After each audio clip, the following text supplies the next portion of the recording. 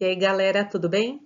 Pessoal, a aula de hoje é sobre heredogramas. O que é isso? É uma representação que é usada dentro da genética. A gente já teve a aula de conceitos básicos da genética, também tivemos a aula interativa, em que vimos as características que são ligadas ali naquele quadro de Panet, e agora a gente vai entrar na parte de heredogramas. Heredogramas, como eu falei para vocês, é uma representação gráfica. Então, se aqui a gente tem o heredograma ali da família dos Simpsons. Então, olha só, todas essas características, casamentos, filhos, netos, enfim, uma característica específica que pode ser estudada se ela foi passada ou não para as gerações seguintes, uma característica física ou alguma doença, um gene ligado a alguma doença, tudo isso é estudado dentro dessa representação gráfica. Então, acaba estudando a genealogia e as formas de herança, relacionando ali os graus de parentesco desses indivíduos daquela família. Esse é o heredograma e ele é muito usado na genética, ele é uma ferramenta muito importante dentro da genética e alguns exercícios mostram heredogramas e outros pedem para que o aluno monte heredogramas a partir de determinadas características. Então, nessa aula, a gente vai ver alguns conceitos básicos de heredogramas e vamos entrar também um pouco na probabilidade básica dentro da área da genética. Começando aqui pela própria simbologia. Então, quais símbolos que formam esse heredograma, como que a gente observa esses heredogramas? Essa simbologia que eu apresento aqui para vocês é a mais usada, então são símbolos que aparecem mais nos heredogramas, mais nos exercícios dentro da área da genética. Então, o quadradinho representa o indivíduo do sexo masculino, a bolinha, o indivíduo do sexo feminino, o losango, o sexo ainda indefinido, ou é indefinido. Número de filhos também pode aparecer nesse formato, no heredograma, ou ele pode ser puxado aqui com algumas setinhas a partir de uma linha horizontal. Quando esses quadradinhos ou essas bolinhas são pintadas, representam um indivíduo afetado, então é a presença da característica de estudo. Quando existe ali um indivíduo com meio quadradinho, meia bolinha pintada, significa um heterozigoto, ou seja, que tem alelos diferentes para aquela doença, para um caráter autossômico. Então, uma característica presente nos genes, que vem de genes dos cromossomos autossômicos.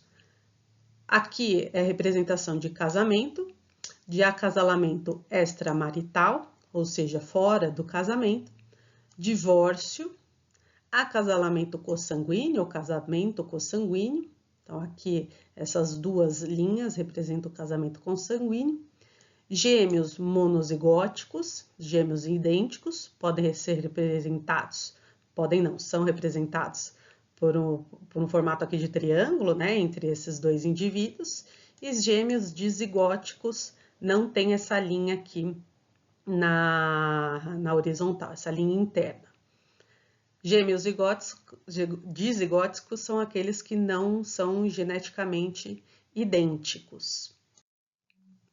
Outro conceito que é trabalhado nos heredogramas é o conceito de herança autossômica dominante. Herança autossômica, então, uma característica que foi herdada, uma característica autossômica, então, ali vem dos genes dos cromossomos autossômicos, e é uma característica dominante, ou seja, é um alelo dominante, só que é um alelo mutante, um alelo diferente, e ele é o dominante.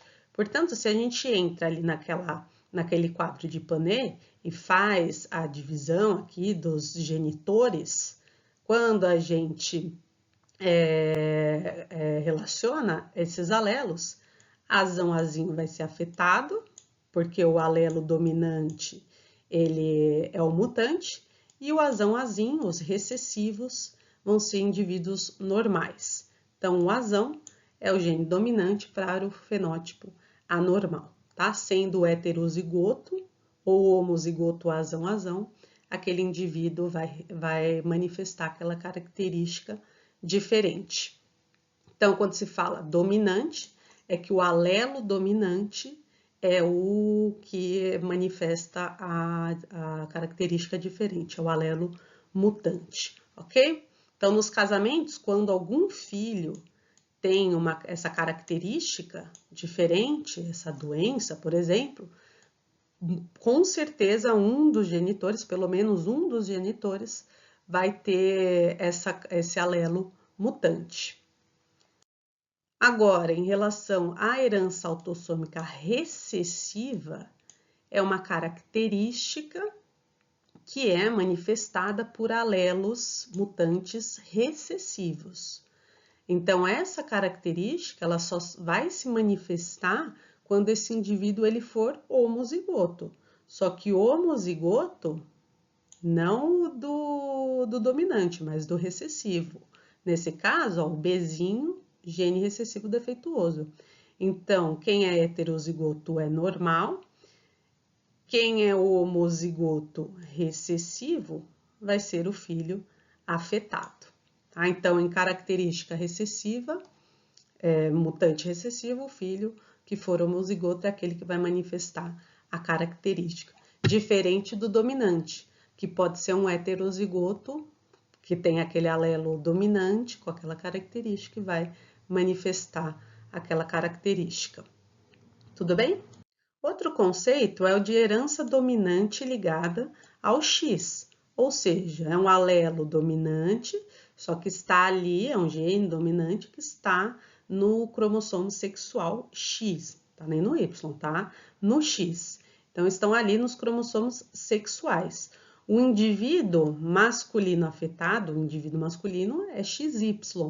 Então, se ele tem esse X aqui afetado, e ele tiver filhas, esse X vai ser transmitido para as filhas dele. Então, todas as filhas desse indivíduo masculino afetado também vão ser afetados.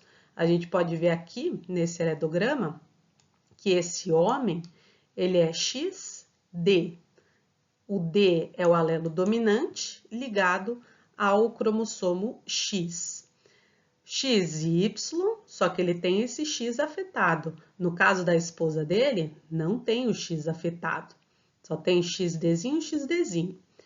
As filhas deles, quando eles tiverem ali suas filhas e for feita aquela divisão pelo quadro de Punnett, a gente vai ver que, independente se a filha for XDzão e XDzinho, ela vai manifestar, porque é uma característica dominante.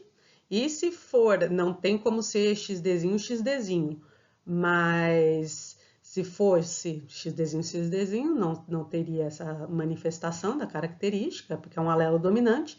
E se fosse XDzão, XDzão também que tivesse na esposa, também a filha teria ali a manifestação da característica, ok? Então, nesse caso, apresentou o alelo dominante nas filhas, todas as filhas vão ter.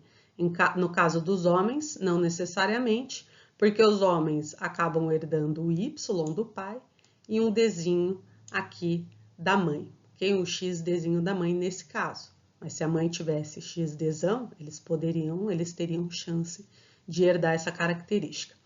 Ok? Então, nesse caso, herança dominante, se o exercício falar, é uma característica dominante ligada ao X.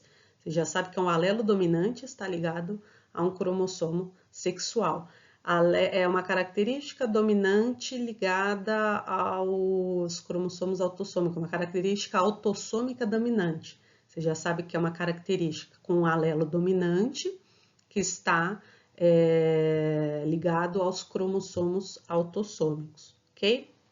Outro conceito é de herança recessiva ligada ao X, então recessivo, o alelo é recessivo, alelo mutante é recessivo, ligado ao cromossomo sexual. Nesse caso, as mulheres que tiverem são só mulheres homozigóticas,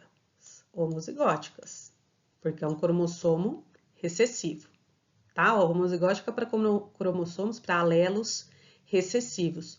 No caso do homem, do indivíduo masculino, ele só vai manifestar se o cromossomo recessivo também estiver presente, se for ali um portador desses cromossomos recessivos. Essa manifestação aqui, esse símbolo que vocês estão vendo nesse heredograma, ele representa uma portadora de gene recessivo ligado ao X, tá? Então, ela não manifesta a característica, mas ela carrega o gene portador, o gene recessivo ligado ao cromossomo X, ok? Só que ela é heterozigótica, então não manifesta aquela característica, aquela doença, ok?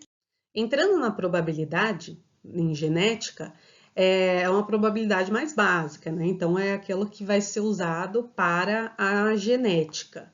Tem o que a gente vê bastante na matemática, mas aqui a gente acaba usando o básico para a genética. Então, essas noções de probabilidade, a gente sempre trata.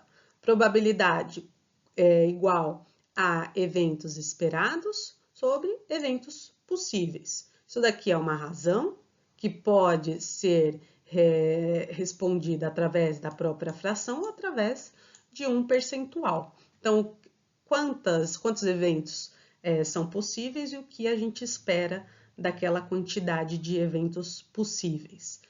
No caso da genética, a gente acaba tratando de duas regras. A primeira é a regra do E, que são dois eventos independentes acontecendo, então um evento não vai depender do outro para acontecer.